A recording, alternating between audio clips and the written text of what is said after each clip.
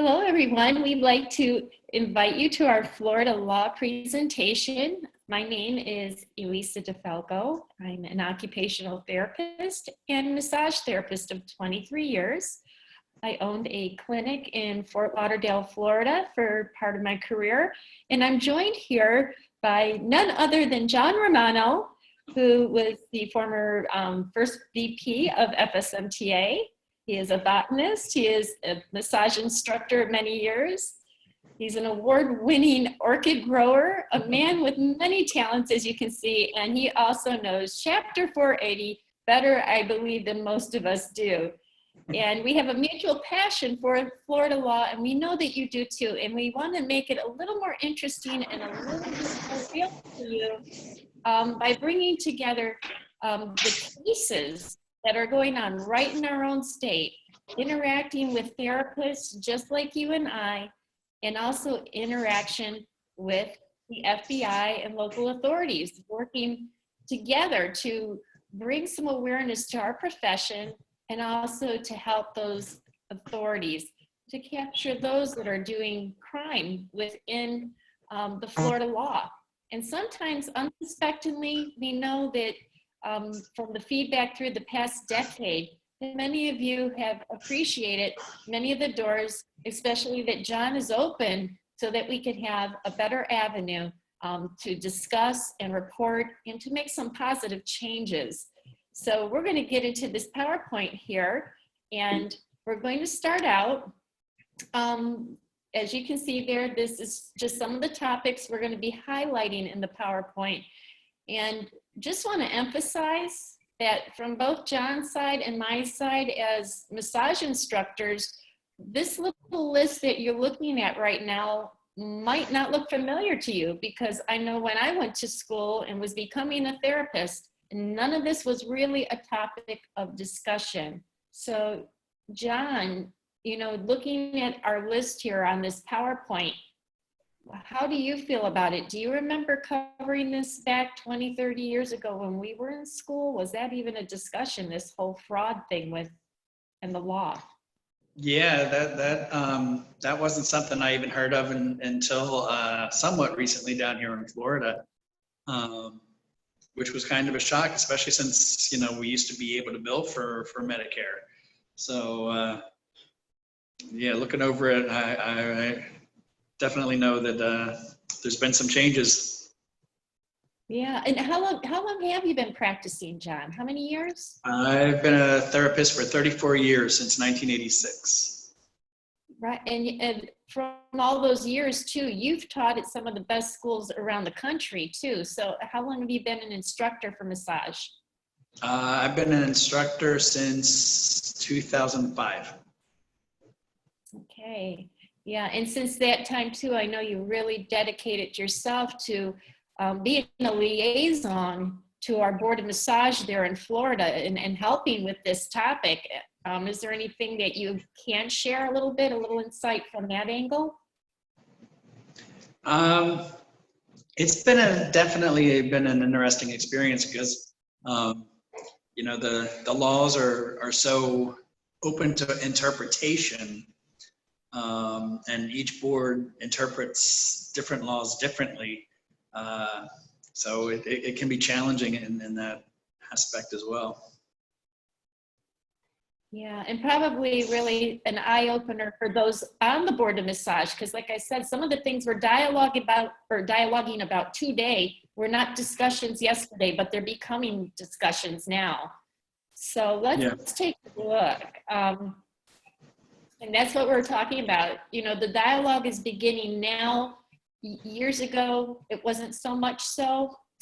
And in fact, the first time I began teaching about this whole issue of fraud, I just want people to know, it wasn't because we were trying to scare our students from going off into the work world. It was about trying to prepare them, especially in the area, South Florida, where you and I are from, where there was so much fraud prevalent.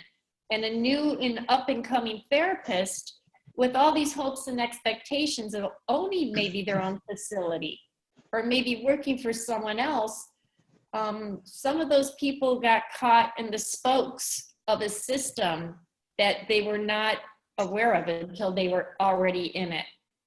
And that's a very real thing. And we know that our board has been trying to do the best they can to help, but it really involved having to reach out. So John and I have a few stories to tell you, and they're all real life happening right in the state of Florida. So yeah, well, you know, some of the issues have to be, you know, a lot of these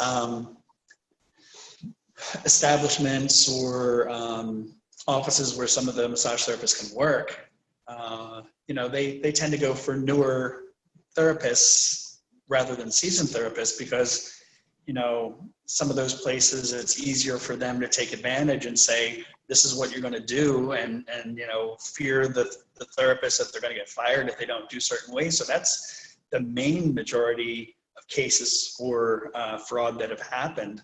I mean, look at the PIP fraud that we went through and were associated with, and you know, it wasn't really even the massage therapists that were billing for it. It was establishments where massage therapists worked, where another healthcare provider forced the therapist to do things and you know, write down, you know, oh, you did this and you did that, when they really didn't, and that's what caused us to lose the PIP billing.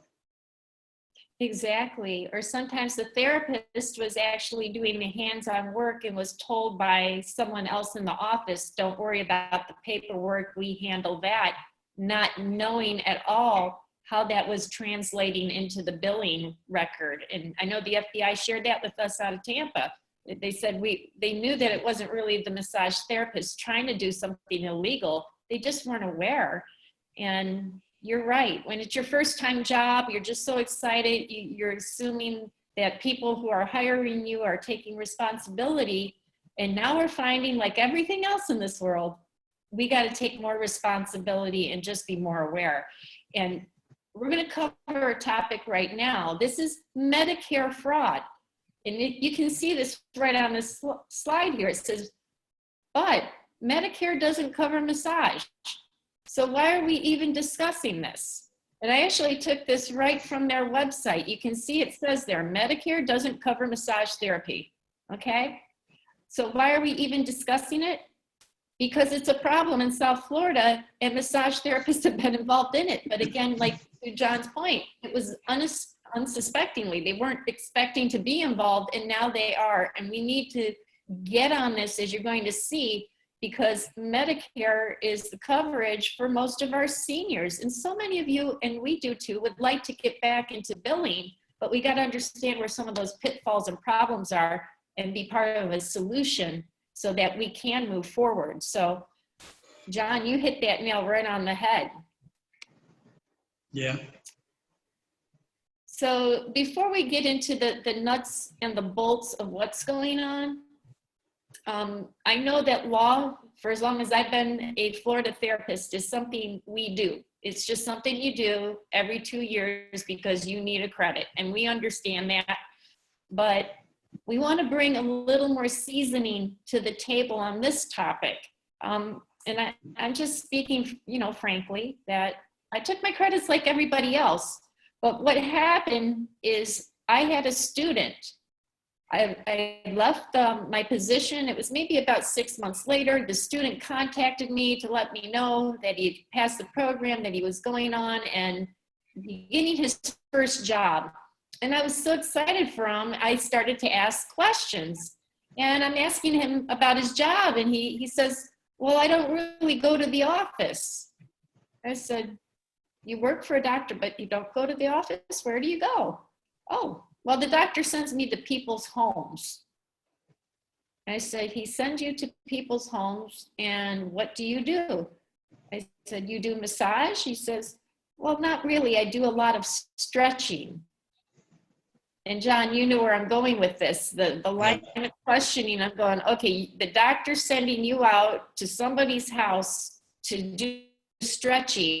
How much are you getting paid? I inquired, and he was getting paid, guys, get this, almost 3 times as much as your experienced therapist, almost like 3 times more than John, who's been doing this for many years.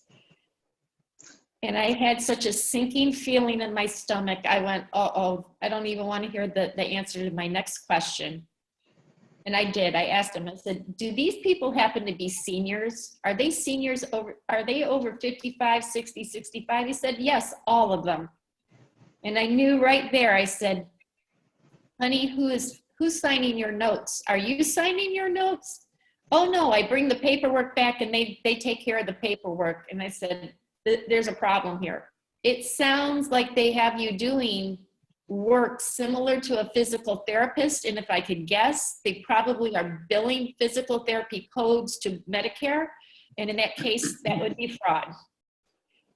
And I felt so bad. He almost sounded like he was going to cry. He had a young family to feed and he was scared to death. And I love my students like you do. They're like family to us. And I didn't want him to have harm. He was scared. Guys, you're hearing me and I know you relate to this. What are you going to do? Drop your job? You have a family to feed. You don't know what to do. And fortunately, I have a family member in the FBI in South Florida. And I told him, I said, don't do anything. Let me call them. And that was my first point of contact into a world that I had no idea we were going to get involved in, neither John or I, but out of necessity for the student.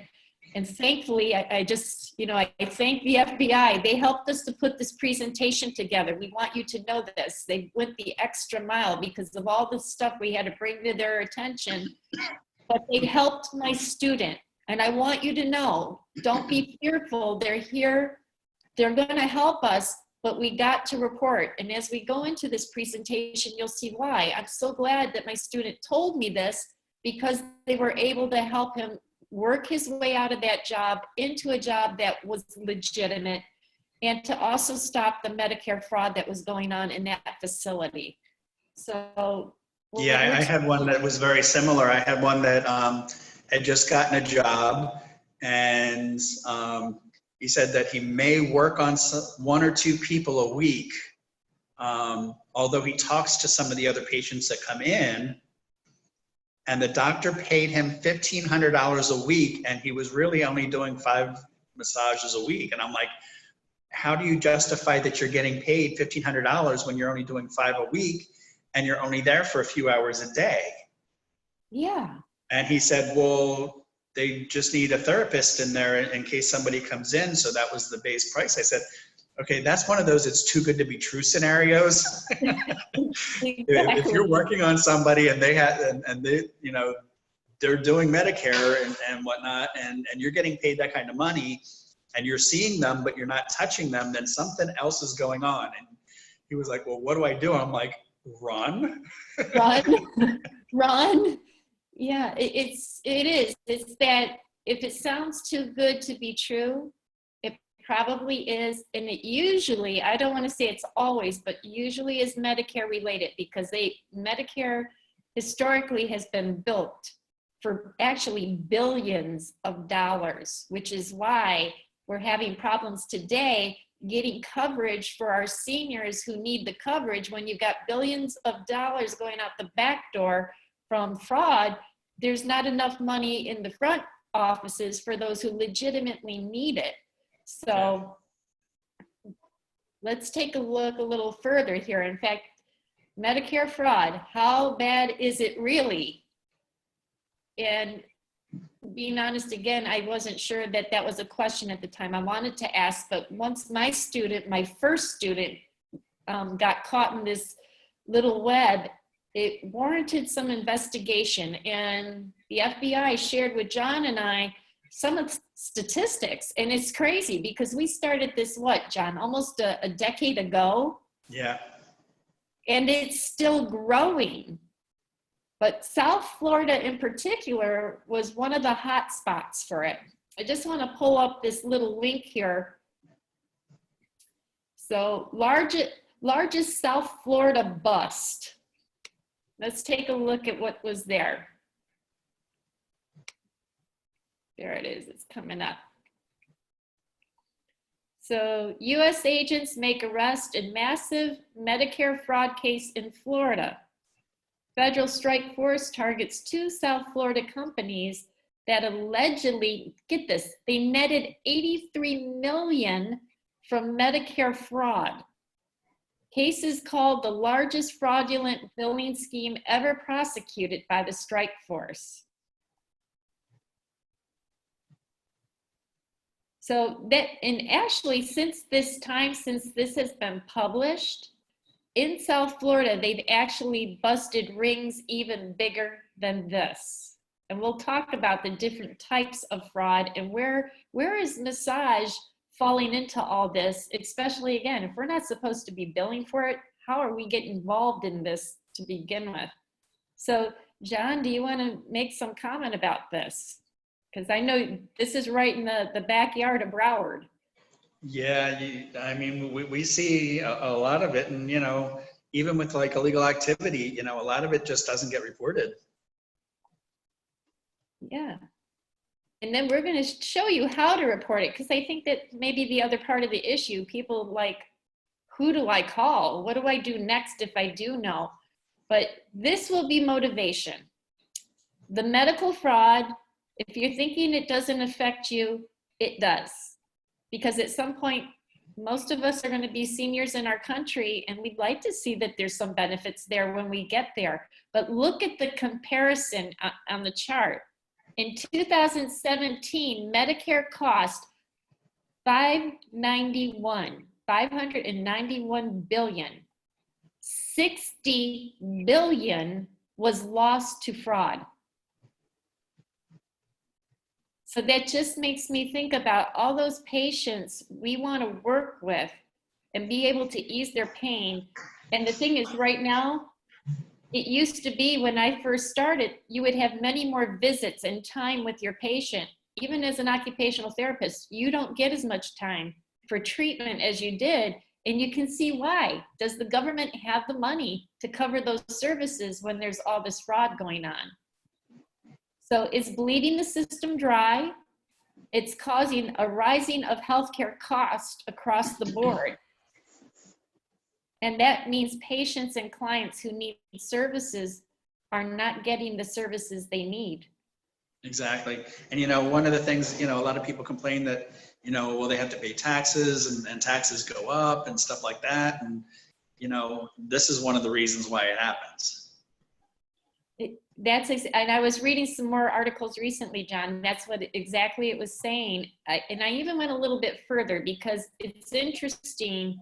In Medicare, there's times where a massage can be covered if it's medically necessary, but most of that's under occupational and physical therapy where it can be performed. Yeah. And you're going, well, if it's massage, why don't they include us in it?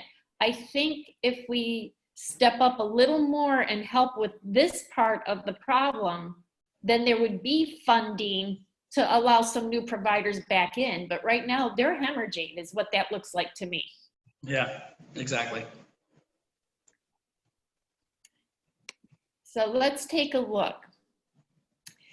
As we were putting the presentation you're seeing together, I'm sad, I wish you guys could be there. The FBI agents actually were sweet enough, kind enough to take their time to come out and visit with John and I when he was the chapter president there in Broward County on more than one occasion, in fact. And we're going to get into that. I'm going to let John tell you more about it. But they were quite an eye-opening group when they shared with us some signs of fraud. And you might want to know about this, especially if you're a massage therapist moving toward a medical model, that kind of shift in your practice. There's some signs you need to watch out for that you may or may not know. So we're going to hit them up. Number one, a family-owned and operated facility. Now, I think most of us would say, John, what's wrong with that? I mean, my family had family-owned businesses. What's strange about that? But in South Florida, that was a common thread that the FBI agents saw. And a lot of times, like the two biggest busts I saw recently, they were family-owned, and they owned like 30 facilities or more. And they had this whole ring of mom and dad and cousins and everybody owning the facilities. Do you remember them telling you that too, John? Yeah, exactly. I mean, and Yeah, it's not, when as it says family owned and operated, it doesn't mean like me or you having one place or two places. It's, you know, more than one therapist can actually handle. exactly. That one, the one that was the biggest bust of all time to the tune of billions of dollars that just came out this past year. Yeah, they owned over 30 facilities, and Yeah. that's what they were busted for. The second thing they also mentioned, and I've actually encountered, was one of our students working in a facility that quietly reported that the owners were protected by bodyguards. Well, you know, if you're really doing something that's legitimate, I would hope you wouldn't need a bodyguard. I mean, that could be a questionable thing, but even the FBI knows if someone's owning a medical facility and everywhere they go, they need a bodyguard, the big question is going to be why. Exactly. So that's another thing. The third thing is what John was saying, extraordinary growth. So for all my business owners out there, you know what it takes to operate a massage or a medical facility. There's a certain amount of money that one can, you know, attain with a really great practice. But what FBI agents notice is when someone is ripping off Medicare, they start popping up these shops all over the place. It's extraordinary, explosive growth, billing a lot of money all at one time. That's kind of like a red flag. How are you doing that?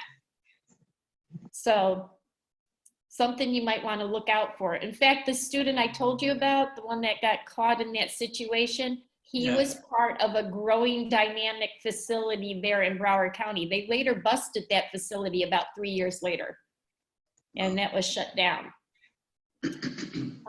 Number 4, this is an odd one. Patients walking out with cash in hand after having been to their doctor's office. Wouldn't we all like that, right? Yeah, it would be great to get paid to go to the doctor. Well, it was happening. It was happening in our backyard, John. There were Medicare age patients being brought to the facilities, and they even provided transportation, and then they would bill all these erroneous services to Medicare and actually give the patient some cash. And they caught them with that. And then the last one, free candy, cigarettes, and transportation.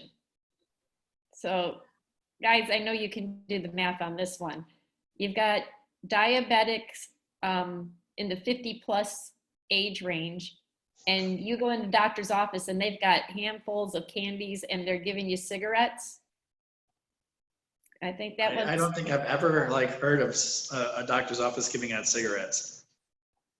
I never did either, Chad, until I heard these things.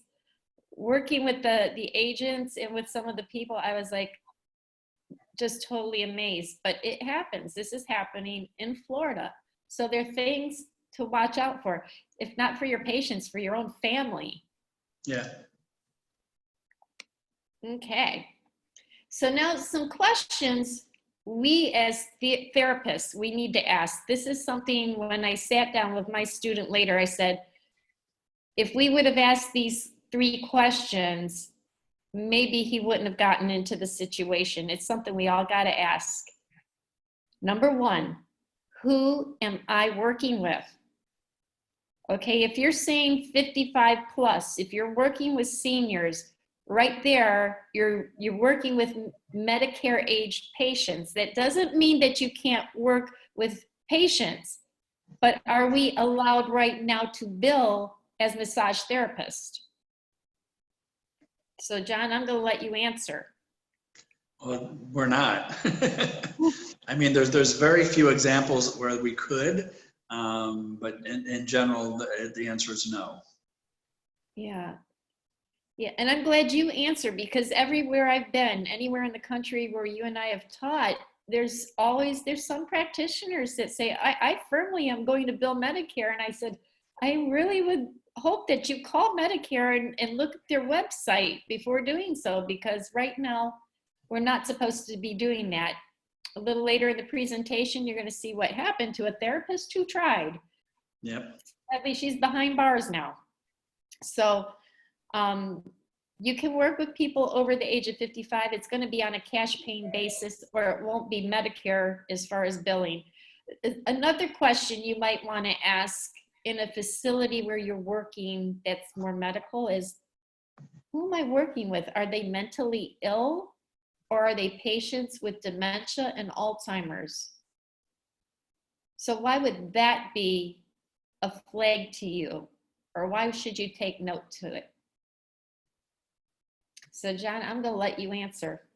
Well, you definitely want to know that, you know, if you're working on somebody that's mentally ill or has dementia, that you have another family member that's there that knows what's going on, and you know, allowing you the consent to work on the person, first of all, because if somebody has dementia, they may not remember that they gave you the consent when you first started.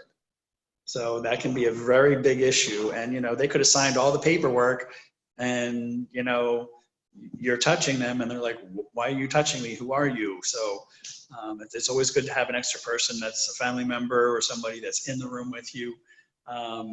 You know, they may not know what papers they're signing at the front desk as well. Exactly.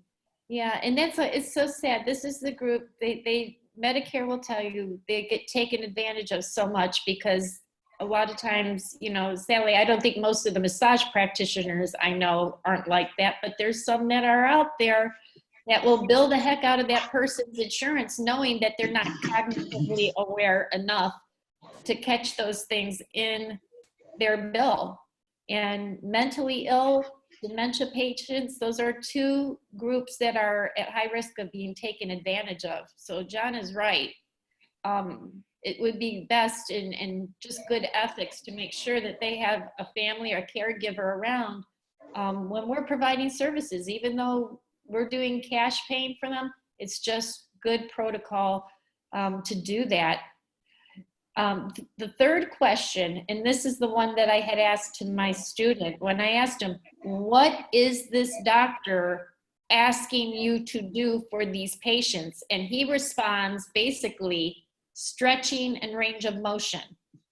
Okay, I know that's in our scope of practice, but if that's all you're doing, then what does that really look like in translation? Mm-hmm.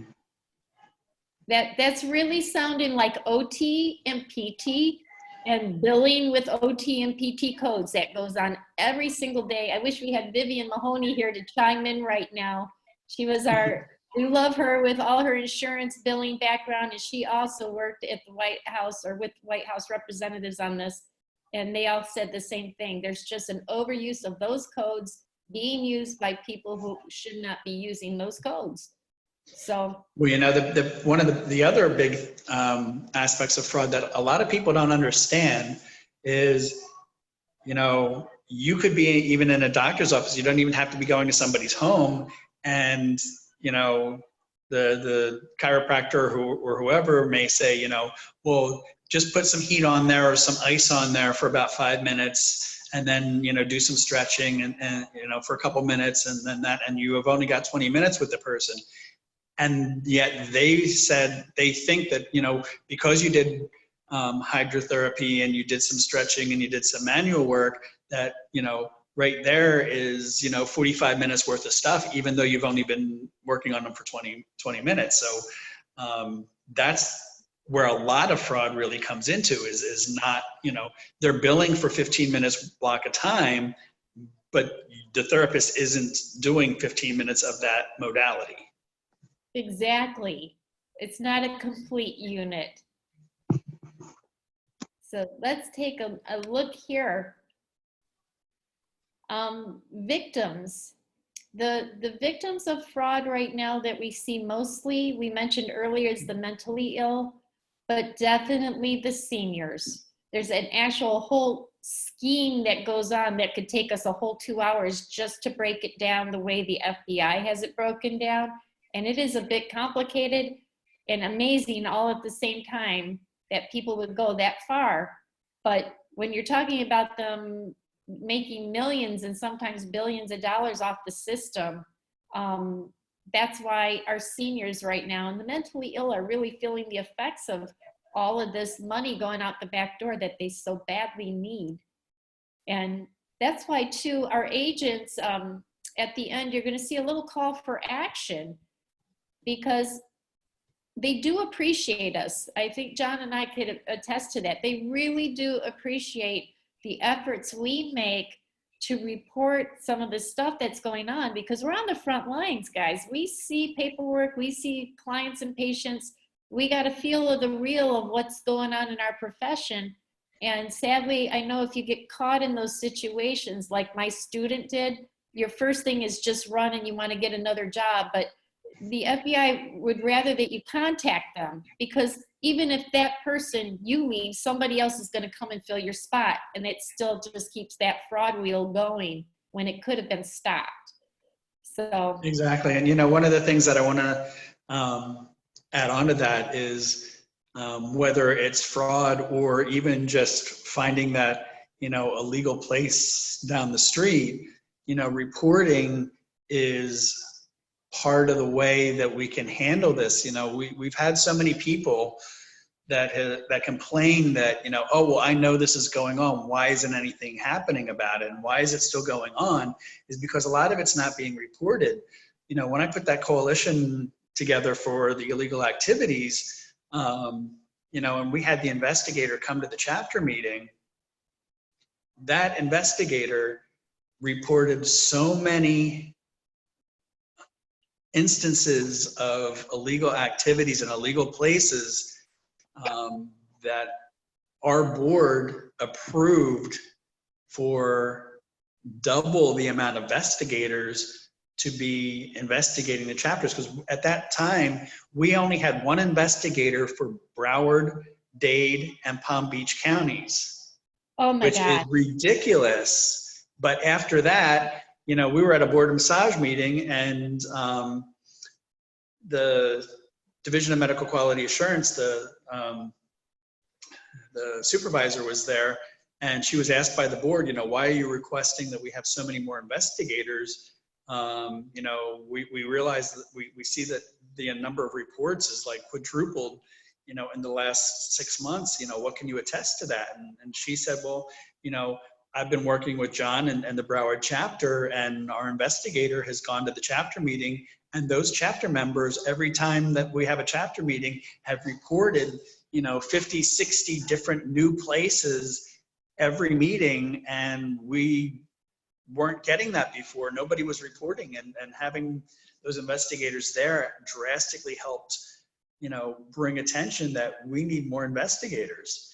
And now we have 2 investigators for Dade, 2 investigators for Broward, and 2 for Palm Beach. Not to mention, the rest of the state has doubled. So, if you're not reporting, then you can't complain that stuff isn't getting done. You know what, John? That's just such a great example of us as massage therapists. That was just one group. That was just the Broward County group. And what a difference, a radical difference it made on the behalf of the FBI to be able to get those cases, places they kind of suspected maybe something was going on, but now we had our own members being able to report to them and say, yeah, in fact, there's this and that happening. And that not only cleans up our profession and our streets and our insurance billing, but it builds that bridge of trust that they know that we're part of the solution, not part of the problem. Exactly. Yeah. So those cases, the number of reported cases prior to was how many did he say? In 6 months, I think we brought in 1,100 cases. Wow. So Yeah, that's what we want to do. We want we want this all over Florida. Everybody, we need to report it because it's cleaning things up. And Florida was one of the states that was the highest in this fraud ring for billing. And like I said, I think if we can help be part of the solution, then in the near future, that's going to be a door open for maybe more billing activity for the massage profession. Definitely. And we're learning more and more. In fact, this particular slide that we're looking at says what you need to know. If you're in a medical facility, you have the right to know what's going on. If they don't want to answer you or answer these questions, I'd be concerned. So if you're doing a service and they are billing, say it's another insurance company, not Medicare, but even another one, I would want to know, are you billing for my massage service? And if you are, who are you billing? You have the right to know that from your employer. And then the next question's even probably more important than the first ones is, who handles the SOAP notes, the patient chart, the billing for the service if it's being done? So John, I'm gonna send that one back into your court to answer. Why do we need to know that? Well, definitely, if you're an independent contractor, you have the weight of all of that on your shoulders. And I know many people where they've worked on somebody and the patient leaves the room, and at the end of the day, the doctor comes in or the receptionist comes in and says, I need you to sign off on all of these. Well, what are you signing off on? Yes, that's Mrs. Jones' chart, but are you reading what Mrs. Jones is being billed for? Because a lot of times they'll put extra services down, or they'll try and get the maximum amount because they figure, oh, well, we're not going to get paid the full amount that we're supposed to get paid. So we're just going to add extra stuff on to make up for that. And that's not good either. And, you as the therapist are responsible, even if you're an employee. If that place gets busted and your signature is on something, you were responsible for it. And, there's that whole ignorance of the law is no excuse. And that's where this has been the slippery slope for the therapist again. The FBI knew that most massage therapists, like 99%, a good number of them, were not outright trying to commit fraud with Medicare, but yet they worked under a physician. They were doing a massage service. They wrote their SOAP notes, but at the end of the day, they were told to just bring them up to the front, or somebody was going to do the billing. So they never saw how those SOAP notes were being translated into a billing code that went to Medicare. But yet their name and their handwriting is on these notes. So even if they've left a job, and that was a job from 5 years ago, and you've already moved on, your hand and your signature is still upon those notes if they happen to bust the prior facility. So I'm just saying, moving forward as a profession, if you're working medical, like everybody's wanting to go medical massage, ask, are these services being billed for? If they are, who are they being billed to? And who is handling the notes? Because I want to know if it's my notes. I want my signature on those notes because I know what services I performed. I'm not leaving my piece of paper at the front desk for somebody else to fill out for me. Exactly.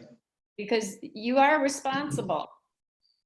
And if you're an independent contractor, you have the legal right, as long as you have a secured file on your phone, take pictures of the SOAP notes and the paperwork that you fill out and keep it on file, because you may turn in the paperwork and then they may change it. And that happened. That's why, John, I have that a little bit later in the PowerPoint, but that has happened to a Florida therapist, by the way. So we're not just making it up. These are all real stories from people we know in our own backyard there in Florida. Another question is, what is your employer billing? So I always like to ask this question. How many of you do your own medical billing? And I'll see about half the hands raise up in a room and the other half doesn't. And then I ask this question: how many work for someone who bills for your service? Because a lot of massage therapists don't do their own billing. Somebody else does it for them. Exactly. And there was a time where I did work that way early in my career under a doctor, and we had a medical biller and coder and things like that. And that's why I'm sitting on this side of the camera. trying to help educate people. I've fortunately had a really great team to learn from and to work with. But since then, I've heard other people go through some stories, and I said, you got to know if your name is on paper, what is being billed. Again, I know I said it before, and we're saying it again. You don't want to just turn in your piece of paper to somebody at the front desk and not know what they're coding for your services. Because like John said, you could walk away thinking, I just gave the best massage of my life. You did a great job, and you probably did. But like this one therapist, she went back 2 weeks later because this one patient she saw decided to come back early. And when she opened up the patient file, she was horrified because she saw services in there that she never performed, but it was being billed for. And she knew something was up. Exactly. You know, that's why one of the reasons, you know, I mostly just go to people's homes myself. But when I do have people that, you know, nobody has, you know, Medicare that I work on that, you know, that bills for, but one of the things that I'll do is I'll fill out the paperwork and they'll pay me in cash.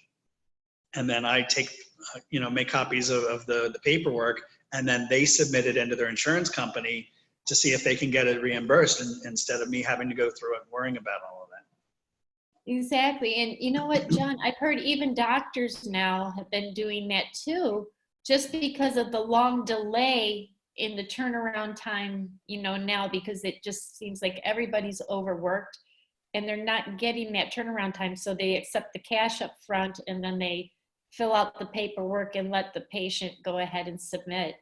Yeah. But this particular therapist, the one that we were just talking about, the slide is dedicated to her, saying doing diligence after discrepancies. So like John said, here's the therapist finding out after she performed the service, it's 2 weeks later, the patient comes back earlier than she expects. She opens the chart. There's stuff in there that she had not billed for, but somebody at the front desk of her facility did.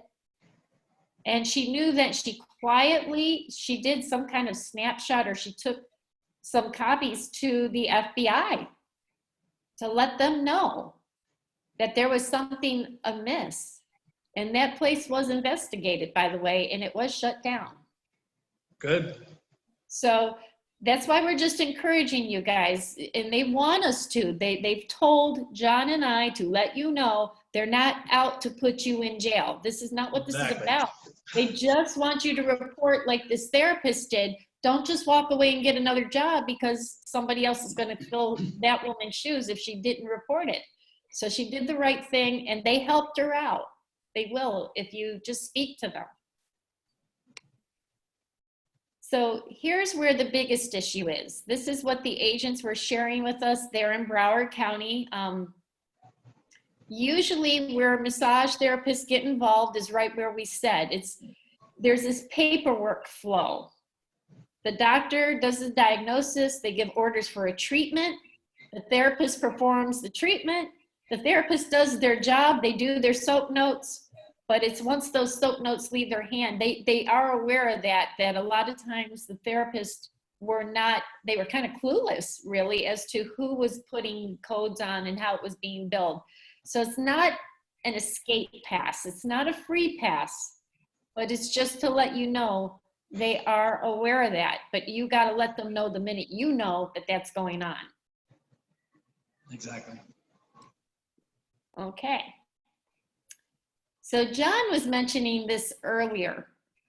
Who are the people that they typically prey upon? If they have a facility doing illegal activity with fraud, there's two primary groups of people they really focus in on. And one of them would be students. And John knows a lot more about that because he works with a lot of students. I think everybody in Broward County knows who John is. He's the instructor for us all. And so John, tell us about some of those students that have come across these paths. Well, you know, they're eager to get a job. They go out, they're looking for places, you know, a lot of times, even the guys, because, the spas and stuff like that, a lot of them only want to hire the women, but so a lot of times the guys will be like, I really want to work somewhere. I know there's this medical place and or this doctor's office that want to hire me, and, it sounds really good. So they'll go and do that. And,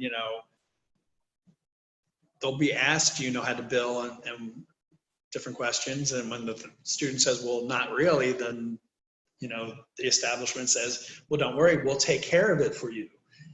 And that makes it seem like it's really, really easy. When I was in school, I had a whole class about billing, and it's one of the things that the minute you get your license, you should take Vivian's class just so you know how to bill, or at least have a background in it and what's involved before you do. So they'll definitely look for the newer students that, are afraid that, if they don't do a good job, then they're not going to get another one. Exactly. They just prey on them because they're new and they figure they're not going to ask too many questions. They're just happy to get a job, and they can move them forward through this thing with, relatively unscathed, or so they think. So I can tell you this, and I think you feel the same. As instructors, we never thought we would have to have this discussion about protecting our students as they graduate going out into the work world, but now we do. Yeah.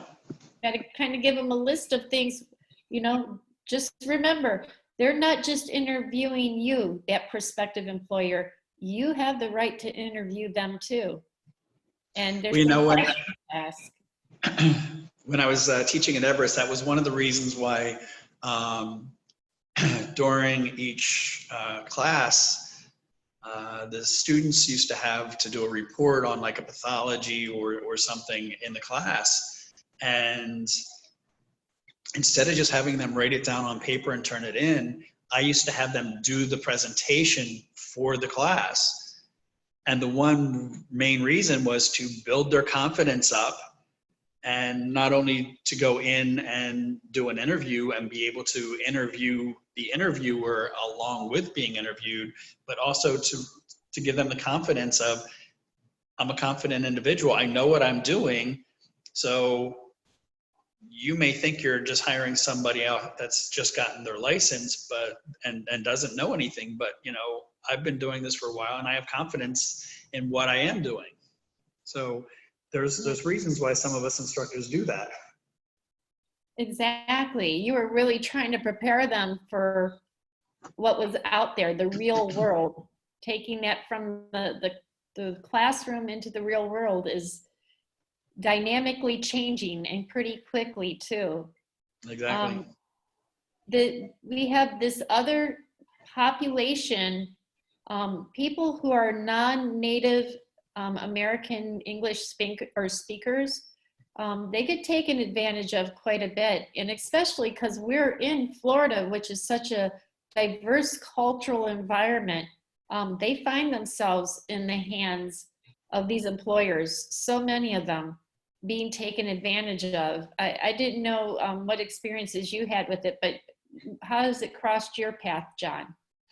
Well, the big thing with this population of student and therapists is, if they're not speaking English or good at speaking English, then usually there's somebody there during the interview that basically, is going back and forth on the employer side. And they're like, well, do you know how to do this? Do you know how to do that? And if they say no, then they're like, well, don't worry about it. We know you have a difficult time speaking English. So we'll take care of all that for you. And it makes it seem like a better opportunity for that person, because they can go in, they just work, and then they leave, not knowing that their work is being used for fraudulent purposes. Yeah, the FBI really, they were saying how many examples, and sharing here online now. I was married to someone from South America, and I've actually seen that happen in his life. Now, the happy news is he now works with the FBI, but in those early days, I saw how easy it was for people to take advantage of someone who could not speak our language. They can't barely understand, especially those words, those legal words and legal jargon. It's hard for me to understand in my own language, much less in a foreign language. And now they're sitting there, they're signing away papers. All they know is that they're trying to take care of their families. And I've heard that through some of my Spanish speaking students where they got caught. And not only did they get caught in the system, but in some cases, this can even turn out to be downright dangerous to their lives. If they cross paths with someone, they are threatened. They are threatened to be deported. They threaten them with all kinds of things. And that's really sad. And we don't like to go there, but it's a reality. So I think we need to do a little more to help our non-native speakers to maybe learn our language a little more proficiently, so that there's nobody out there taking advantage of them and them suddenly finding themselves in the middle of an FBI investigation like some of them have. Yeah, and you mentioned not wanting to go there, but I mean, you know, if there's a place that's doing that kind of fraudulent work and activities, you know, if they're using somebody that's here, you know, not really legally and they're working, you know, that person could disappear and they're like, oh, well, they were here for work the other day and they just took off. And, you know, there's a lot of times there's no ways to check on it. Yeah, and the FBI too, when they were sharing some of their stories with us, they would say, and I'm trying to remember the one that they were speaking of specifically, but apparently there was a family involved with this fraud, and somebody who was like an uncle that was like wheelchair bound had no clue that his name got involved on all this paperwork. And so when the FBI come crashing through to bust this thing, this poor guy's name is all over this paperwork because somebody in the family put him in there. And I'm going, oh my gosh, he had no clue what was going on. And of course, they try to help. Again, I want you to know, FBI, you don't want to play with authorities, but at the same time, they understand that people are being taken advantage of too. And we got to do something in our profession to help that. And I think we need to have some more English classes. I know there's some schools out there, they have a bilingual program, and I love that, but we got to help them be a little more English proficient so that they can get those good jobs that aren't going to harm them so early on in their career. That's just amazing. Exactly.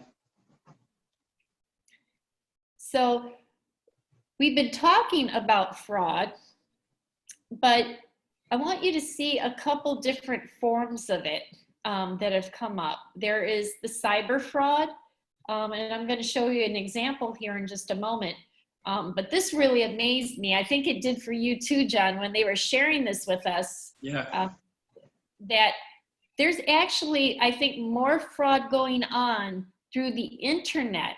So this is where Medicare billing is happening, but there's no physical address to track the billing to. So in other words, someone's opening accounts within Medicare, bilking the system for millions of dollars, and that money is going to like PO boxes or something. If the agents go to look up where these places are, they don't actually exist. Well, you know, that actually just something fishy happened to me just like a couple of weeks ago, I think.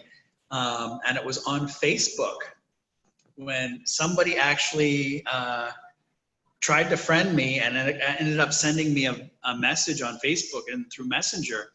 And when I looked at the profile was, oh, you know, we look for car accidents. And he sent me a message saying that, you know, oh, you know, well, we can be a referral, and, you know, if you know people that are in accidents, you know, we can get you people to work on, or, you know, we can see them, and then we can just, you know, you can get paid just for us seeing them. And I'm like, that's one of these Medicare frauds or EIP frauds that. Yeah, it was kind of comical when the agents were telling us. They said, you know, It used to be years ago, they had to go into the dangers of the streets because there were drug dealers in the streets. And he says, now it's even worse because you don't see them ever. They're doing all the cyber stuff online. And they're reaching out to people, and there is a new form of cyber fraud that's happening to the doctors. That's why I have a little video clip for everyone to see. I'm like, wow, that is overtaking more of the fraud than actually the facility fraud. Facility fraud would be something more of us as massage therapists probably would come in contact with because we work at facilities, but I do know that they have the cyber, the facility fraud. What you get a lot of, and John, you mentioned it earlier, is billing for services that not happened, or overbilling. Again, like you may have done 5 minutes of massage working for the chiropractor, but they billed, you know, many units. Yeah. So the first case of facility fraud I saw personally was when I worked in my clinic. When I had my clinic, I inherited a patient from another facility. This patient wanted to come to our facility. It was closer to their home. So they had canceled their treatments at the other location and they came to ours. So we had 10 visits with the individual. And of course, with all the soap notes and everything, we took them and billed appropriately. Well, it was maybe about, I'd say about 6 to 8 weeks later, the patient called us and said, "You're not going to believe this." And I said, "Well, what's going on?" They said, "The other facility just sent the billing for all their services for the same dates that we saw and treated that patient in our facility." And I asked them if I could see it, because basically what was happening is the other facility did not see him in those days that we were treating him, but yet they were billing for services that never happened. And I said, "Can you ask them to get you the notes, those services?" Well, of course they couldn't produce them because he had never been there. Yeah, well, there was that case that Vivian was telling us about, where in one actual person, and it was one visit, they were charging like up to $30,000 in charges on one visit that they were trying to get billed, that they were trying to bill for, and that was how they got caught. Oh my gosh. That is horrendous. Yeah. Yeah, it's amazing. The facility fraud is a huge topic. And yes, that's across the board. And I know that Vivian was working with all those investigators too, and some of the things that she had seen. Very similar what we saw in South Florida, she was seeing in North Florida.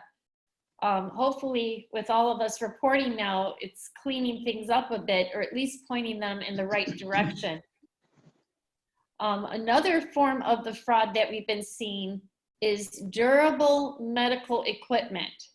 Okay, so there's lots of that that's rampant, where they're trying to sell items to our seniors, even if they don't need it. Because if you bill Medicare for it, there's a big amount of money to be made. And they said South Florida is one of the hottest areas for that particular type of crime.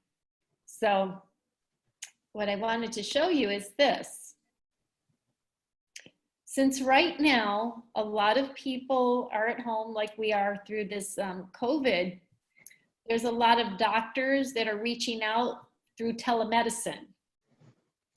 And this is a doctor down in Florida, just like you, John. She got quite a surprise. So we're gonna play her little video here so you can see what happened to her. Okay. John, can you see that? Nope. Okay. So I'll just make sure, I want everybody to be able to see it.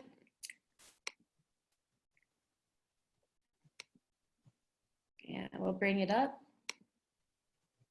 There it is.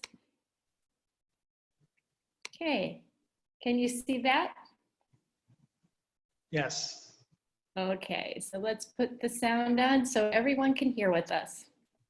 Requesting braces of the knees. Treating patients looks a little different now. I'm usually on the phone anywhere from, 5 to 15 minutes. As semi-retired primary care physician, Dr. Bell now connects with patients through telemedicine. I confirm, A, that they're interested in the brace. B, that they have the joint complaints. An increasingly popular and legal way for doctors to diagnose and prescribe using phone or video in place of wait times and office visits. I love it. It gives me flexibility in my life at this point in my career.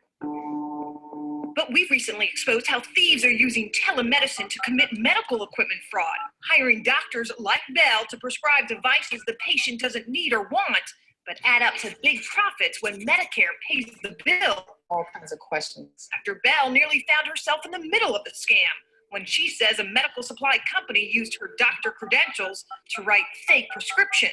You're using my information to order cream, and I read them, the Riot Act, and told them I was going to contact the Inspector General if they didn't correct that information.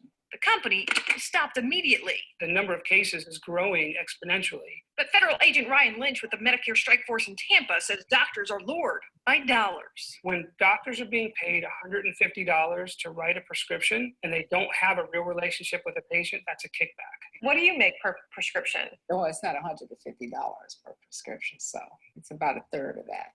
Dr. Bell tells us she vets each medical supply company she works for. Her pain level is 9/10. Knowing fraud is rampant and anyone I've gotten these calls. can be a victim. What can you do? If you receive a medical device you don't need or want, report it. Learn how by heading to our website. Kitty LeBrow at Fox 4 in your corner.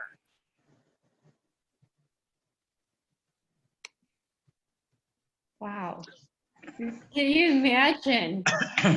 Well, the other thing that I want to point out with the cyber fraud, remember what happened to me last summer?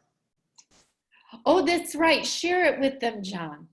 So, and cyber fraud, whether it's Medicare or other sources, it does happen. And we all have gotten those little emails or texts of, oh, I'm going to send 10 people to you, and then you have to pay my driver, and I'm going to pay you by this and that. But I had gotten another one where somebody who I hadn't met, now if it was somebody that I'd met, it would be different, but somebody, found my information online. They wanted to hire me as a therapist for their business or for their family or for their friends or whatever. And they were going to pay me $500 a week. And whenever I needed to work on somebody, they would pay me my massage rate as well. And I thought that was kind of fishy. So they wanted to, this one was a company, and they wanted to put me on the payroll, which was another red flag. So they wanted to pay me with direct deposit. So luckily, Wells Fargo, you can do a bank account that opens up for only like $25. So I went into my local Wells Fargo department and said, I want to open this up, and I have a feeling that it may be, for fraudulent purposes, but, I want to see how far I can get these people to go and see if it's legitimate or not. And, I do have a couple cousins that are Broward sheriffs and stuff. And, we have our contacts with the FBI and whatnot.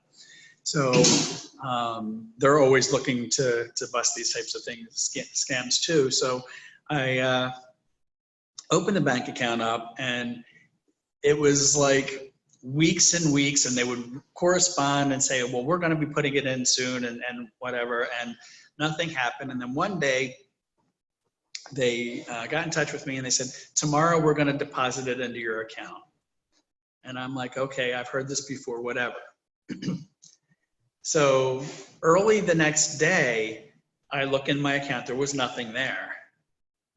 But a couple minutes before the bank closed, I get a text saying that it was transferred and that the money is in my account.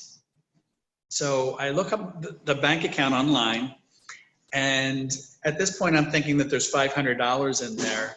Well, they had deposited $55,500 into my account. And I was like, well, maybe they just hit the 5 wrong or something like that, too many times and stuff. So they called me up and said, oh, well, we put the money in, but could you do us a favor and take some of that money out and then go pay a couple of these bills and we'll give you the address that we want you to wire the money to. And I'm like, something's really fishy. So, I have my main bank accounts at another bank. And I called my banker up. My banker is actually one of my patients, him and his wife and his mother-in-law. So I called him up and I said, what do you think about this? And he goes, I'm detecting fraud. And he said, call your bank and call the 800 number, the fraud department, and let them know. Well, I called up Wells Fargo and they're like, oh, well, we screen our wire transfers really carefully and that money's yours. And I'm like, I don't think so. So the next day I actually went into the bank, talked to the bank manager, and she looked it up and she's like, well, it looks like it's a legitimate transaction. And I said, okay, nobody's just going to be nice and wire $55,000 into my account. So she said, well, it came, and this person was supposed to be in Las Vegas, and which was another red flag because, they were just, and he was they were buying an office in Fort Lauderdale or whatever. And she said, well, the bank account that it came from isn't from either of those places. It's from Ohio. And she goes, I actually know the bank manager from the bank that it came to. So she said, on Monday, I'm going to give her a call. Well, apparently, some of these accounts that they do it from, whether it's a personal account or it's a Medicare account where they're getting ready to pay off, a doctor's offices, some of these scammers actually have backlinks into their computer systems. They see when they're getting ready to make the payment and they pull the money out, they transfer it somewhere else, and then they have that person try and put that money into other accounts so that it can't be traced. And, I had to go through, I had to, with the investigators, I had to give them all of the texts that we shared and the emails and stuff like that, just so that they could try and bust this person. And, some people may have gotten a scared and said, well, yeah, I'm just not going to do that. Just like these people that, say we're going to send 10 people to you and we're going to pay with a credit card.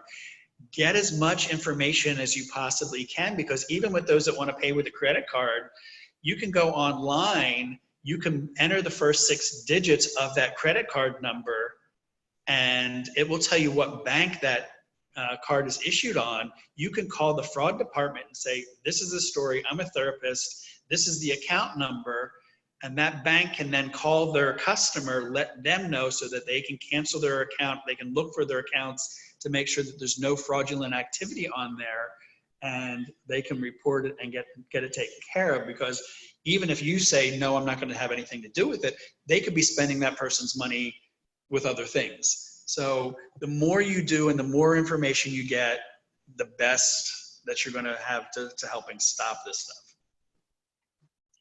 That is just amazing, John.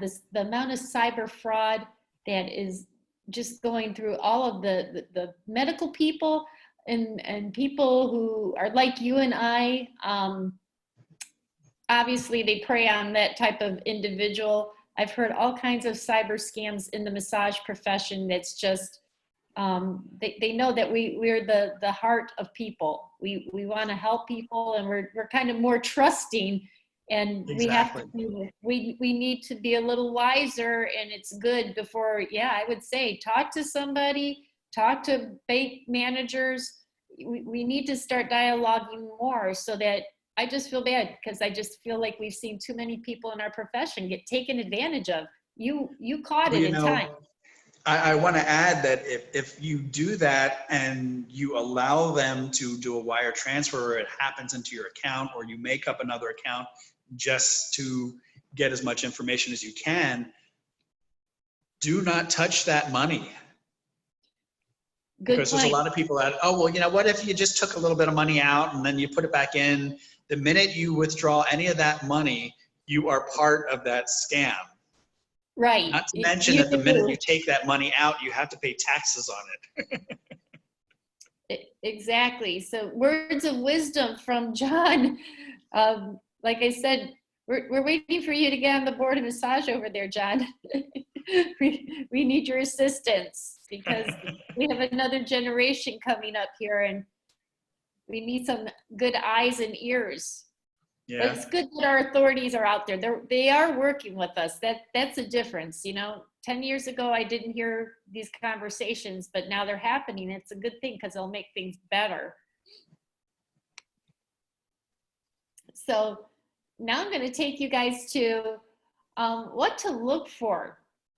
Something that the FBI actually looks for is a documentation trail. That's part of how they come to deciding how are they going to, or if they're going to convict someone, a facility or their operations is, you know, what is in the paper trail? And here's a couple things you should know. Do we take work home and do medical notes of any kind for services rendered or services not rendered? The only time you're taking work home is if you're up on your own and you're going to people's homes, and that would be the only time. Yeah, so if you worked in, say, like a chiropractor's office, should you be taking the notes home and doing your soap notes there? No. No. Yeah, we're not supposed to. So there's something right there when people are taking, like you said, their notes home. Unless you own your own business, we really shouldn't be taking those notes out of there. In fact, they should be locked up, and that takes us into another whole thing about HIPAA and compliance and things like that. But something else mentioned previously is upcoding or changing the codes or manipulating them in some way to get higher reimbursement. That is seen quite frequently when the agents are looking at the paperwork. They're going, okay, the person, I think Vivian was talking about someone who put like one hot pack on someone and then they were charging for like several more and several other services. That is upcoding. You know, that goes into the same, you know, you're putting the hot pack on their back while you're working on their legs and you're billing for both of them at the same time. Exactly. Also, unqualified personnel providing the services rendered and billed for. That happens a lot more in Florida than I ever really realized. And this just made the frontline news recently here in Florida. I didn't put the particular slide in for it, but there was a young man who was a teenager posing as a physician and billing for it. Wow. Yeah. The agents told us about someone that they had that was a janitor in a psychiatric facility whose name was on the notes. I know this is like a believe it or not moment. You're like, this can't be for real. It's real, guys. Really for real. I was in that room when another 100 therapists we had that night heard some of these things from the agents. I almost was like, this is like they should make a reality show out of some of this. But yes, unqualified personnel performing services. Changing notes later after the service has been rendered. Okay, that's a big no-no.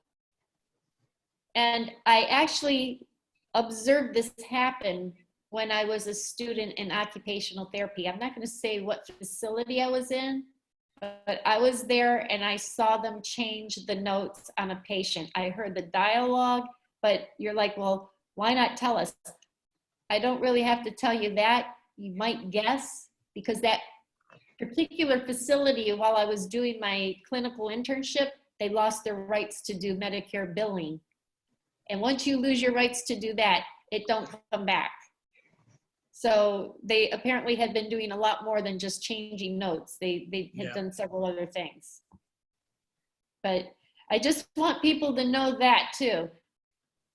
For all the people who've asked John and I and people that we know to get involved with the billing system, I'm all for that, but we got to be really diligent and not abuse it, because like I said, I was there. I saw exactly what happened to that facility. That was more than, oh my gosh, how many years ago when that happened? And they till this day cannot bill Medicare because of what they did by doing things like that. So no changing of the notes after it's been performed. All right. So punishment for crimes.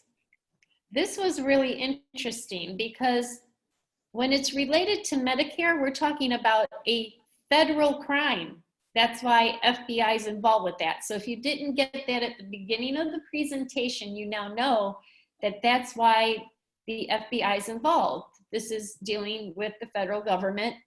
And when a crime for Medicare comes across, it's really intense. So it can mean seizing of assets. There is jail time with no parole and or license suspension. So John, I'm gonna let you take that one because I think you remember that discussion we had with them. Yeah, they don't really play around with that. They have no problem suspending your license or revoking your license sometimes even. Depends on the severity of the crime. And, you know, if you weren't really too involved and didn't really know what was going on, you may luck out just having it suspended. But you're ultimately responsible for all the actions and all the stuff that happens in the facility that you're working with. Exactly. And some of those terms, I think the one that was here in Broward County, the most recent one in 2019-220, they're supposed to go to jail for like 20 to 30 years, somewhere in there. It's a long time.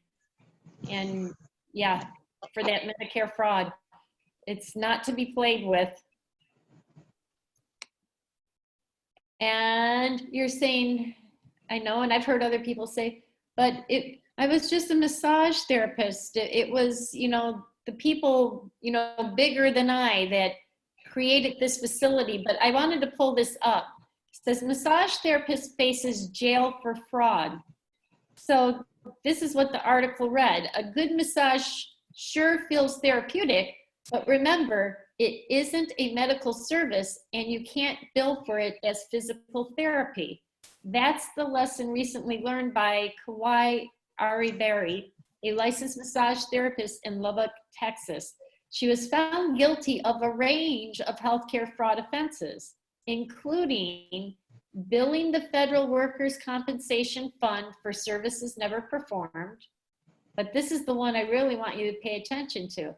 Billing for massage services she improperly coded as physical therapy, and fraudulently billing the government for equipment rental when she had patients sit in a sauna. Okay, now that's a creative use of the code right there. Okay, Barry now faces 78 months in federal prison, to be followed by 3 years of supervised release, and must pay $1.6 million in restitution. So you can see that it's a pretty heavy penalty to be paid. Exactly. Yeah, so if I'm not correct, and I'd have to double check, but I do know when it's Medicare involvement, you not only pay back the amount that you took, but you have to pay more on top of that because you took it. So. Yeah. You know, and the other thing is some, you know, all the states aren't at the same level as where massage is. You know, a lot of them aren't licensed through the Division of Medical Quality Assurance in their state, so they're technically not medical. So Exactly. when they go and do it, it's even more, because then you have somebody that's not medical that's going and billing for medical services. And I'm thinking too, you know, we're looking at the story the way it was written, from the angle of the press. You know, I did have a question in my mind though. I said, maybe this massage therapist, even though not from our state, maybe she didn't know how to bill correctly. Maybe that wasn't part of what she was taught. Because I've seen a lot of massage therapists just run right after an OTPT code and wanted to use it. And I've had to sit with them and discuss this. I'm like, that's not a code you can use. And sometimes it's just because someone never told them that they can't. And it can have a really bad outcome. Obviously it did for her. Yeah, well, that's one of those cases where, you know, even if you're not going to go and or haven't taken one of Vivian's classes, or, you know, if you've taken something in school and you're still not sure, it would be good to contact somebody like Vivian and, you know, use her knowledge and pay her the little bit of money as a consultant to go over and say, you know, look, I'm kind of confused on some things. Could you go over with me what I can do and what I can't do and what I can use for codes and what I can't? And, you know, it may cost you a couple $100s for an hour to talk to her on the phone and get the correct answer. But in the long run, it's going to help you out and save you. You're so right, John. I think that's a real key take home here. I think for anybody who's moving toward a medical direction in their practice, I would say invest the money to get quality education on that billing system. Now, in years past, I actually used to teach billing and coding in the college, but I'm being honest, it's been some years because my practice now is all cash paying. And since then we've gone from the ICD-9 to the ICD-10 and things are being changed. So there's better people, I would say, that are more qualified to teach you what's right here and right now. But this is what's disturbing, and it's hard for me, John, I know it's hard for you, is when someone just says, they'll call me on the phone and say, just give me the code. Just give me the code for manual lymphatic drainage. And I have to go back. And Vivian used to say it all the time too.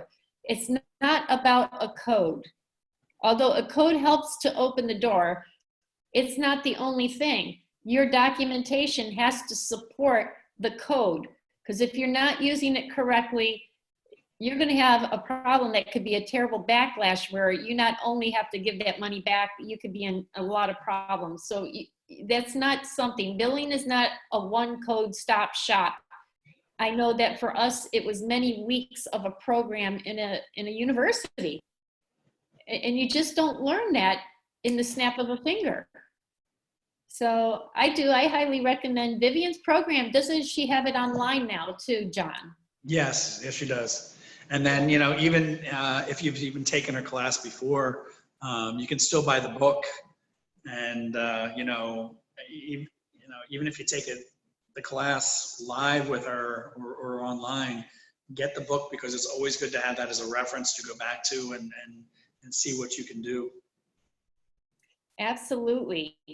That may have helped this therapist from getting into the deep water she found herself in. Exactly. So now we're going to come up to this topic of how to report a fraud situation if you see one. And you guys are going to have a lot more finesse at doing this than I did. Because the first time when it happened to me, all I knew was I'm worried about my student as if he was my own son. My stomach's flipping. My head is in a tizzy. I'm going, oh my gosh, how are we going to get him out of this? And I was calling phone numbers. I called my husband for help. I said, hurry up, hurry up. I was expecting them to deliver my student out within 24 hours. It doesn't quite go down that way. I just want to let you know, but there is a way to do this. And we're going to help you, John and I, to make that report happen. John, we're just being totally transparent. John, how was it for you the first time you had to report something? It wasn't easy. I think. I mean, you have all these things that go through your head and stuff like that, but you know, you have to realize in the long run, you're doing the best thing. Yeah, when you had to make that call, did you feel like the first time when you were doing it, like, okay, if they don't answer, I should just, you know, I should just hang up and not worry about it? Yeah, kind of, but then, you know, that little voice in the back of your head goes, no, you got to do that, you got to do that. At least it depends on, you know, where your conscience lies. Exactly. It starts gnawing at you. And so guys, that's one of the first signs. We do have intuition, I think, as practitioners, when we just know that something doesn't smell and feel right, even if we don't have all the details yet. So let's take a peek here. The very first thing, the number one reason people don't report a lot of times is because they're afraid about something in their own past. So John, you share. Did you chop down the cherry tree, John? What's that? Did you chop down the cherry tree? No, I didn't chop down a cherry tree. I mean, you know, everybody thinks that, you know, maybe like there's something there, but you just have to do it. And if you're afraid of doing it, talk to some other therapists that, you know, have experience. You know, we have down here, we have the Broward, Florida LMT group on Facebook that, you know, and therapists can go on and ask questions and say, hey, you know, I'm having this issue or this happened. What should I do? How do I do it? And there's a lot of good people on there that will respond. And even in the files, like when I was saying about the, if somebody gives you a credit card and you're not, you think it's a fraudulent card, we have in the files how you can actually go through there and do the process. So you don't even have to necessarily ask somebody. There's ways that you can go around it without having to talk to people. Which is nice. And you know, the agents there at the FBI, they told us both, because my student had not a perfect and flawless record in life. I don't know who does, but he was worried. He says, you're going to call now. He says, don't call the FBI. I said, we have to, because we got to get you out of this situation. And he said something like, I can't remember, but he was like 10 years old. He did something stupid as a 10. I said, for goodness sakes, you're a 35-year-old man. They don't care about what you did when you were 10 years old. And, but he was kind enough. I said, I promise, let me talk to them. And they said the same thing. Guys, I'll even put it more blank than this. They said, if you smoked pot when you were a teenager, they don't care. That's not affecting the here and the now. They don't care about that. They care about this really significant event. They're not in this to get into your deep, dark business that you dated, you know, your second cousin or something like that. They don't care. What they need is the facts about what's happening in your life right now that you feel is a threat that's fraudulent. So no worries, okay? Definitely. So the next thing, this is the other important thing, because I think we did with the other group, John, when we first got the first group going with reporting, they started to report everything. Yeah. And the agent said, we really applaud your diligence to report, but there's some things that you don't want to share with the FBI because it's just not part of what they do, okay? So they handle the federal crimes. But we're going to give you some examples of things that you don't want to call them for. I'm going to start out first. I had a therapist who worked for a husband and wife team, a doctor and wife, and this doctor was cheating on his wife while the therapist was there. Okay, that would be a moral issue. I totally see where the therapist is coming from. It's really disconcerting. It's terrible, but the FBI would not be the one to interject into that situation. So Not even the local police. yeah, they probably won't want to touch it either. But John, give us a couple examples too. What you would not want to bring to their attention. Well, you know, like I said, when we brought in the investigator for the state for illegal establishments, the FBI doesn't want to. That's not in their jurisdiction. They don't want to hear anything about it. The only way that they would want to get involved is if there's human trafficking and if they're in more than one state. So if it's a chain that's in other things, but it has to go to the state investigator first. Then they have to do their investigation and then they hand it off to the FBI. Okay, so yeah, because keeping in mind that the FBI, a lot of times too, when you do report, you won't get someone answering the phone right away because the agents are actually out in the field and they're so busy in what they're doing. We just don't want to put too many things into their basket that aren't related directly to what they're actually working on. So federal crimes, Medicare stuff that we get tied into, even if it's accidentally, those things are the things that they want us to focus on reporting to them.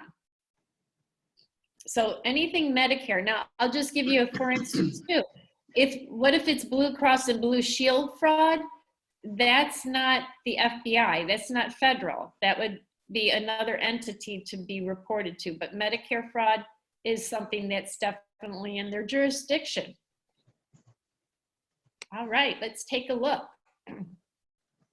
So now the next thing is where to report it. So there's a couple different places where you can report the crime. The good news is in Florida, almost county by county, the FBI will have a field agent office in the county, probably where you live or nearby, which would be the closest one for you. So John, I know when you were in Broward, you had one for Broward. When I was in Palm Beach, I had one for Palm Beach. I know our Dade colleagues, they had one in Dade County. So there is an office in each. Did you get a chance to go to the one in Broward County? Yeah, I did. And the interesting thing is that it's very close to where the Division of Medical Quality Assurance office is. So you're there, a lot of times they put them purposely within close jurisdiction so that, you know, it's easier to help each other out. Awesome. And also because for the longest time, I don't want to say all of Florida is not involved because it is, but there was a concentration in that Miami, Fort Lauderdale, Palm Beach area for a long time. There was so much activity going on criminally that we were all involved. And I just want to, you know, pick your brain a little bit because maybe someone watching would like to kind of set up a model like you did. We had a working model pretty quickly. So when you first got involved with the agents, how did that happen and how did you establish the organization you did? I actually went to one of the festivals here in Broward, and I was walking around, and you know they had the little vendor tents lined up, and I think I had only been the president for Broward for I guess a year or something, and or maybe 2 years, and I was walking around, and I saw you know. A little sign that stood up on the ground about, you know, illegal medical issues. And, you know, I went over to the booth and I'm like, well, what is this for? And they're like, oh, well, we're from the Division of Medical Quality Assurance, but we're the Unlicensed Activities Division. And I said, oh, really? And, you know, I said, you know, I'm John Romano and I'm the president of Broward FSMTA. And, you know, maybe we can do something to help each other because, like, we've got a lot of illegal massage places here in Broward County, and they're like, yeah, we want to talk to you. And the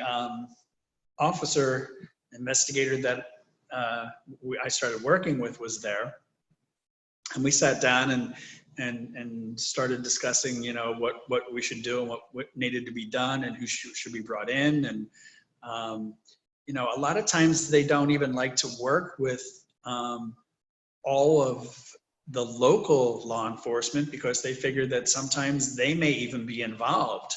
So they're very picky and choosy as to who they deal with. And, you know, luckily I was able to bring my cousin in and said, you know, well, I know him, he's an honest guy and stuff like that. And, you know, if you don't like him, then don't work with him. But, you know, here's a contact, and he's an investigator as well. So he's got your mindset, and he's always looking to try and do what he can to catch the person and whatnot. So, you know, we brought him on, and, you know, we brought our contacts in with the FBI, and, you know, we were talking about even bringing in the IRS, because then, you know, if there's something that's going on that's really illegal for activities or with establishments, then, you know, the IRS could even seize if they weren't even reporting it. So, you know, we had a way of really hitting things hard. Wow, that is amazing. And then from that initial contact, it grew into the bigger picture that you guys put this coalition together. And how many therapists were involved at that point? Well, you know, we basically, the investigator came and just wanted to talk to the chapter about, you know, what he did, and you know, do like a little 15 minutes. And if you see anything, and that first time we had like 45 reports or cases that were reported to him, and they're like, well, we know some other places, I just don't remember the name and the location and stuff. And he said, well, maybe I should come back every month. And he did, and that's how we got started. And that's how we got the presentation together. When we all came together, putting our heads, we were all working on the same project, but it was just amazing how that worked, and everything, just every I got dotted, T's got crossed. And I think the therapists too, for therapists that are watching, you know, it's nice to know that you feel more encouraged to report what you're seeing when you realize you're not alone. I think that's what happens. We get in our massage world and we feel like we're alone, and we question ourselves or maybe doubt ourselves. There were no doubts. We all supported each other. We supported the authorities. The authorities turned around and they supported us because they knew that we were trying to do the right thing. We just needed to know and have some direction, and there it took off. And well, you know, the other thing I want to point out is, you know, a lot of people will say, you know, oh, well, there's this illegal stuff going on, you know, and I reported it to the Board of Massage and they haven't done anything. Well, the Board of Massage has no jurisdiction over unlicensed individuals or establishments, so they can't do anything. And the Unlicensed Activity Division of the Division of Medical Quality Assurance, they may know of places that are illegal, but they can't just go into those places or investigate those places unless they've been reported. They're legally not allowed to. So somebody has to report them in order for the investigation to start. And a lot of people don't know that. And that's why our investigator was so happy that, you know, he got 45 the first time he was there, because he's like, I know of some of these places, but nobody's reported them. Now that you're reporting them, I can investigate them. That is, you know what? That's our call to action right there, everyone. That is a major call to action. If anything you took away from this PowerPoint, John just hit the nail on the head. We all, including me, we all have driven through the streets. We know where there's some stuff going down that we don't feel right about. But to John's point, and also for our board, nothing can be done unless someone makes a report about it. So if we want it to clean up, we can't wait around for somebody else to make the report when we got a phone nearby or an email. And we need to start reporting this activity, and to the right places too. So well, exactly, because if they go and report it to the police, their local police, that's not their jurisdiction. They can't do anything about that. So, and you know, the interesting thing with going around and talking to the different police departments when I did was the fact that when I would go in there and talk to the police departments, they were like, massage therapists need to be licensed. They had no idea. I had no idea. Yeah, there's, wow, maybe we need to make a pamphlet for everybody, you know, for actually our law officials and everyone to understand who we are, what we represent, because it's coming to the surface. They don't know. Yeah. I think we've run across where people still think we're under the DPPR, and we're not. We're under the Department of Health. So these are good topics, guys. You can see we can really go off. We'll go on to another whole topic here tonight. But if you decide that you would like to report this Medicare fraud that you know of going on, or that a massage therapist is somehow tied up into it, when you call the FBI, there is a special division for fraud of that nature. So in other words, when you call in, say you just call the 1-800 number, you'll get into a general mailbox pretty much. You might get somebody who answers. It's best if you say, I want to report a crime related to Medicare or Medicare fraud.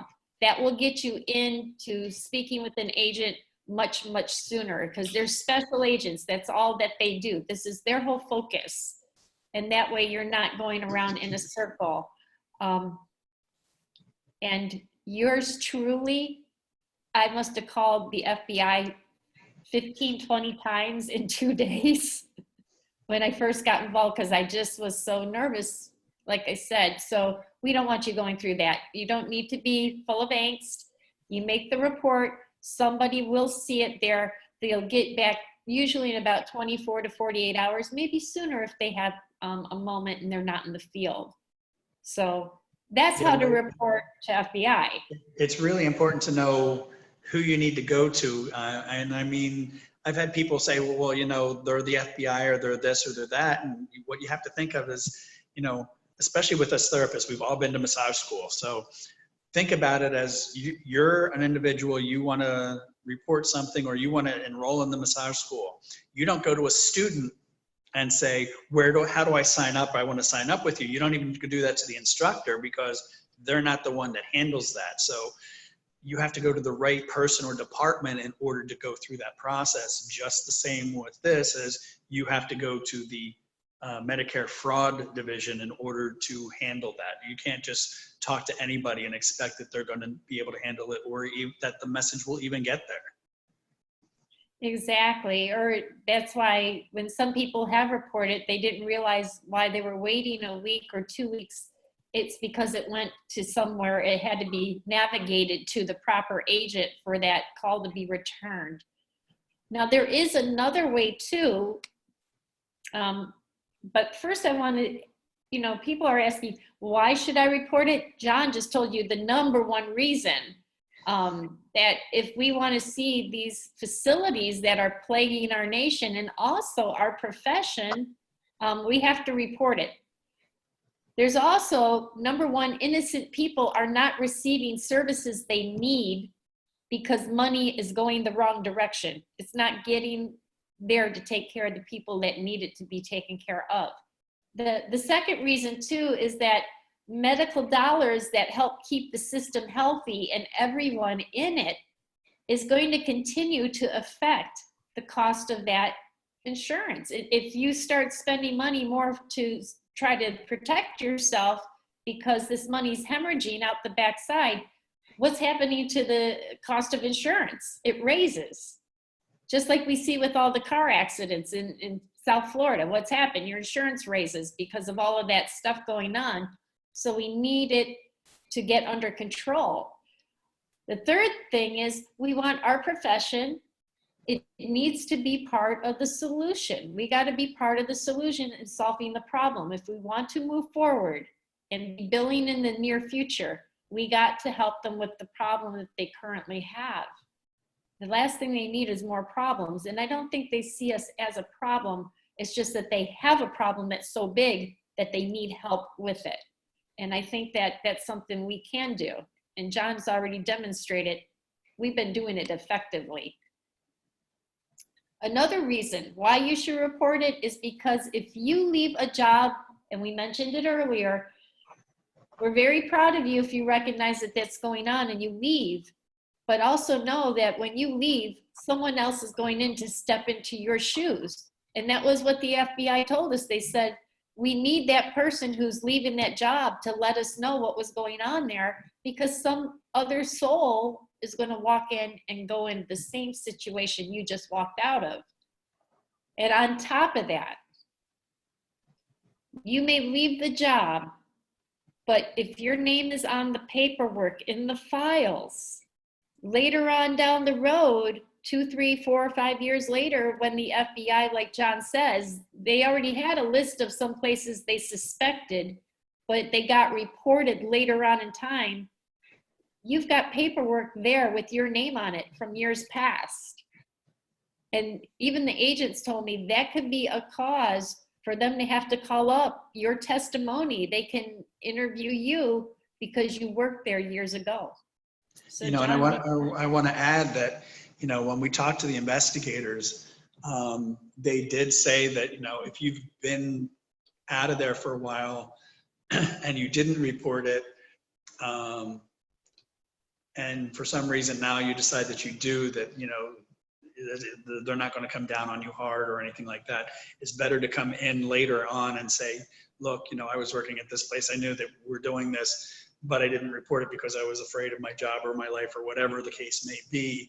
It's better to go in later on than not go in at all. exactly. So even seeing this presentation, if that, you could just say, I saw the law presentation, and you know, it brought back to my mind this job I was at, and I know it's still operating. It's kind of shady for whatever reason. Just let them know, because that will help you. They can help you if you let them help you. That's what we're letting you know.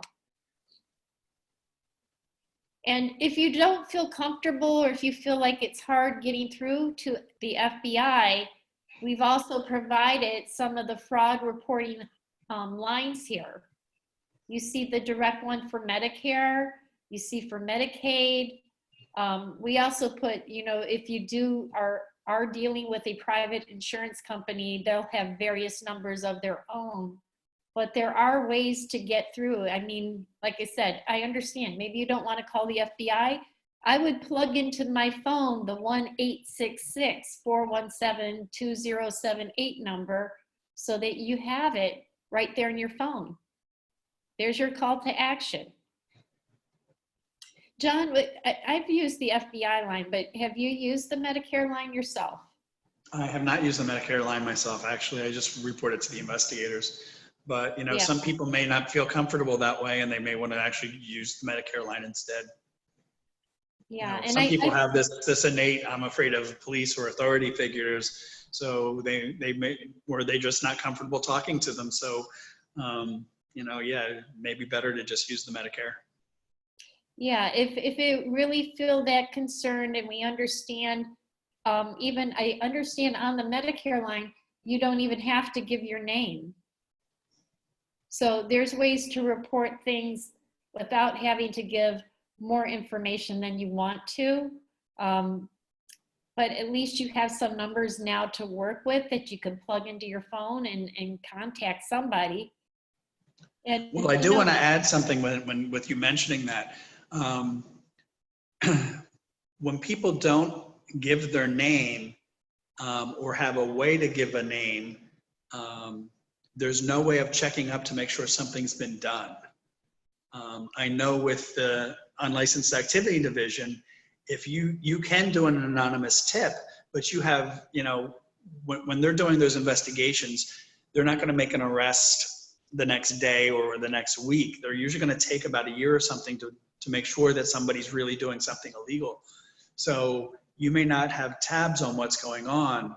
I know with myself, with the chapter, when people have found other establishments or individuals that are doing unlicensed activities, they were like, well, I want to report it, but I don't want my name attached. So they'll send it to me. I have no problem, having my name attached. So they'll email me the information. I'll send it directly to the investigators and erase their name so that I can at least call those investigators back and say, hey, what's going on with this case? Because when you call in and you leave a name, then you get a case number so that you can follow up. If you don't have a way of following up, you don't know what's going on. Exactly. So I was just thinking that too, John, that they are able, if they even feel, because we wound up getting a lot of members that started to report, they were telling you and I, and then said, go ahead and tell the authorities, like you're the middlemen and I was like, that's fine. Just as long as you get the details, we'll follow up on it, make sure that they get the information in there. And we also have something here. I put 3 key offices for reporting. Now, I did say earlier, there are other chapters of FBI, but these are some of the biggies. Tampa and Miami, Jacksonville. I found that they are quite responsive. I think that's just because they have more number of agents there on the ground. But here's another one. This is a food for thought. This is another call to action. This is what John was talking about. Ask the agent, where we were able to get the Broward County agents to come out and address our group. They came out to the chapter for John, and they actually came out to my class for manual lymphatic drainage. And we had a great time with having question and answer time with them. A lot of times they will, if you have a large group of people, if you call them in advance and tell them your intention and what you want to do, they will schedule a presentation time for your organization. Now, obviously, education is important to them, but that's not their first order of business, right? A lot of times they might be working in the field, and there were a couple times we had to work around certain events that were going on for them and had to kind of reschedule, but they're really, really awesome. And when you hear it straight from the horse's mouth and get to know them, it really takes the fear factor out, and it encourages you. I think it encouraged our whole profession to get on board and say, wow, we could do a lot as a group.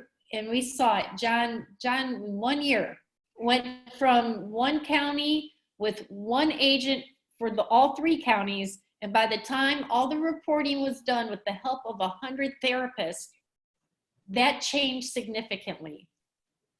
And even it was felt up at the level into our capital, that they knew that there was reporting going on and that activity was taking action, and the agents were able to follow up on it. So, John, I'm going to let you give your last words on that. Yeah, definitely. There's another thing that I wanted to mention about, making sure that your name is attached to the report is, if you're going to keep working there while you're looking for another job, if that place gets busted or investigated, you want to make sure that they know that you were the one that reported it so that you don't get taken off and arrested. That's a very good point. One that I did not. That's another reason why you want to be attached to the report. Yes, that they know that you were the one that sent up you're right, because it may take a while before you find that other job. That's what my student's concern was. He thought, do I got to quit today? Well, because he reported it, they gave him time. They were working with him to give him time to get out of the situation. So, well, they also may want to have you take photos of the paperwork that's being done and stuff on the inside. So, there's a lot of reasons why it's good to be there and have your name attached. Yeah, the agents have always been nice and pleasant, and we've always had a great time talking with them and working with them. The Division of Medical Quality Assurance still to this day calls me up, and if they have any questions and concerns about massage law, well, what do we do about this? And is this in your scope of practice and whatnot? So, it's always good to work with them. Absolutely. I would highly recommend some of our groups of therapists where you do have a group to schedule a time when you can meet with your area agents. Because again, they've been nothing but helpful all the way around. And we just saw, I saw a group of therapists who felt a little tired and beaten down by the system turn around and fight back in a good way, and it just benefited everybody. So we hope that you guys will take a look at this presentation, share it with other people. If you got some questions there, we left an email, lymphdoctors@gmail.com. John, do you have a particular address or way you'd like for them to contact you? They can actually go to my website, which is otherworldstherapies.com, and they can send an email right through that. Yeah, it's good for them to have someone to stay in contact with. So if you want to model your event like John did, is otherworldstherapies.com. Yes. And you can find him there. And we so thank you for sharing your time with us. And we look forward to seeing you again soon, guys. Until then, stay safe. John, give them your well wishes. All right. Have a good night, everybody. And, I wish you well. We're having some tough times right now, but we'll get through it and, have a really good career. That's right.